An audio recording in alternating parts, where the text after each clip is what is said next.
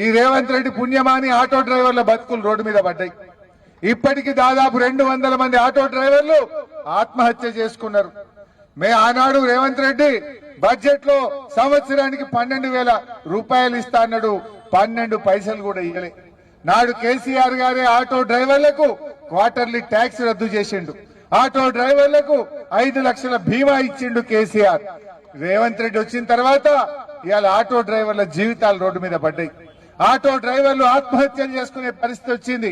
రేవంత్ రెడ్డి ఇప్పటికన్నా కళ్ళు తెరువు, ఆటో డ్రైవర్ల డిమాండ్లను నెరవేర్చాలని, వారికి ఆర్థిక సహాయం చేయాలని ఆటో డ్రైవర్ల పక్షాన కూడా ఈ రోజు మేము డిమాండ్ చేస్తా ఉన్నాం. మరి ముఖ్యంగా మా జోన్ చేయాలి.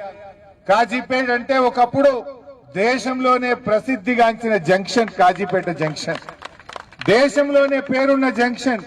కానీ రోజు రోజుకు దీని యొక్క ఇది తగ్గిపోతా ఉంది. మళ్ళీ మేమందరం కోరేది ఒక్కటే, ఆంధ్రప్రదేశ్ లో విశాఖపట్నంలో డివిజన్ ఏర్పాటు చేసినారు. విశాఖపట్నంలో డివిజన్ అయినప్పుడు మా కాజీపేట ఎందుకు డివిజన్ చేయరు అని మేము అడుగుతా ఉన్నాం.